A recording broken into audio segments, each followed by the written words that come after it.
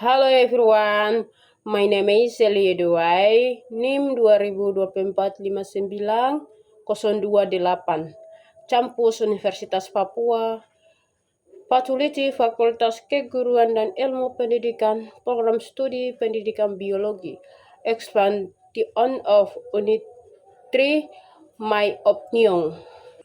Unit 3 talks about photosynthesis, which is a very important process for life on Earth.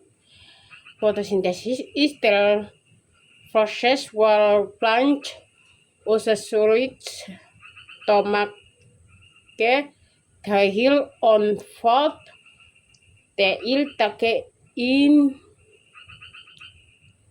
carbon dioxide from the air and water from